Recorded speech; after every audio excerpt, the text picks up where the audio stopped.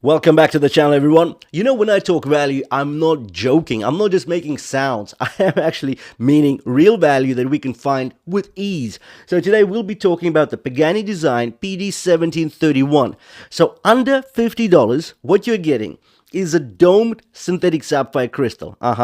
You're getting a textured dial. You're getting a stainless steel bracelet and case. As well as that, we get screw pins and a milled folding wing. Anyways, let's talk about this watch in detail because there's a lot to be said and there's a lot of value to be found. Now, the affiliate link to this watch is in the description below the video. There you will also find some discount codes and a link to my collection. So basically one place where we have all the watches we've been discussing so far this month in one place. And now let's dive in and talk about this PD1731 in detail. Let's do it.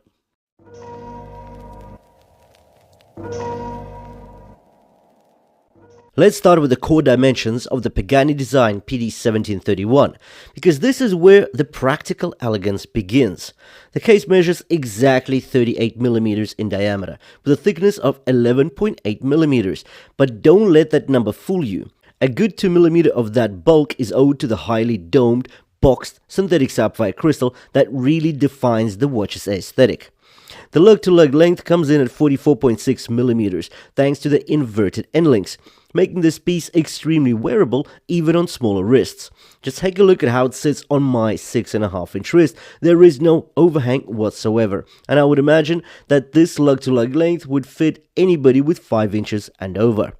Lug width sits at 20mm, and the bracelet smartly tapers down to 16mm at the clasp.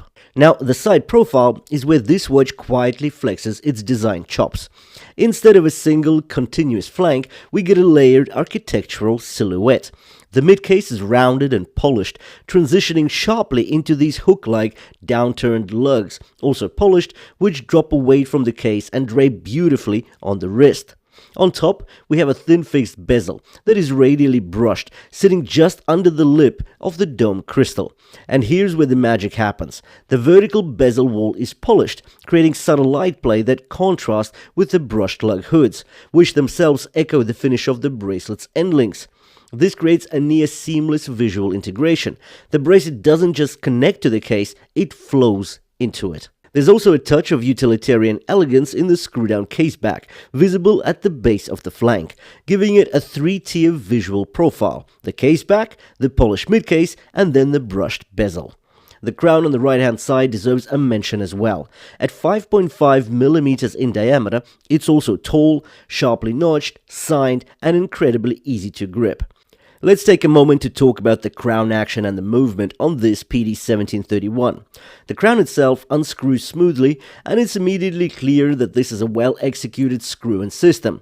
No lateral play, no crown wobble. The threading is precise and engagement is confident. Now, once unscrewed, you'll notice that the first position is a ghost click. Pull the crown out to the second position, and you'll be adjusting the time.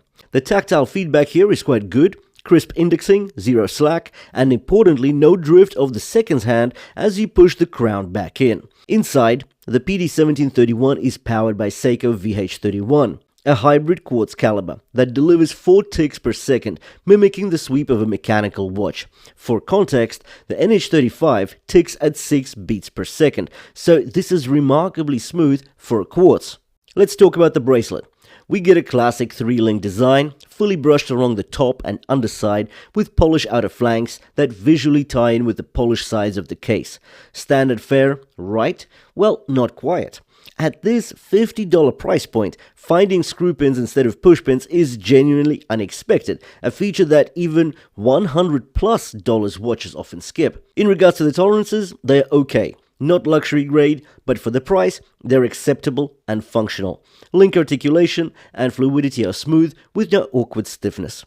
The clasp is signed double pusher deployant with 3 micro adjustment positions for a decent fit range. Pop it open and you'll find a milled inner wing, not stamped. Again, solid value. So just to reiterate, on this bracelet we get 2 very premium things. 1, the screw pins, and 2, a milled folding wing. So we do not expect that at this price.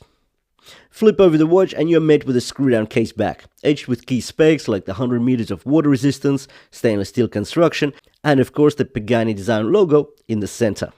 Center stage here is the box synthetic sapphire crystal, perched neatly on the brush fixed bezel. It's not just the sapphire that's interesting, it's actually slightly domed and also gets anti-reflective treatment, giving you that signature greenish purple sheen when viewed at an angle.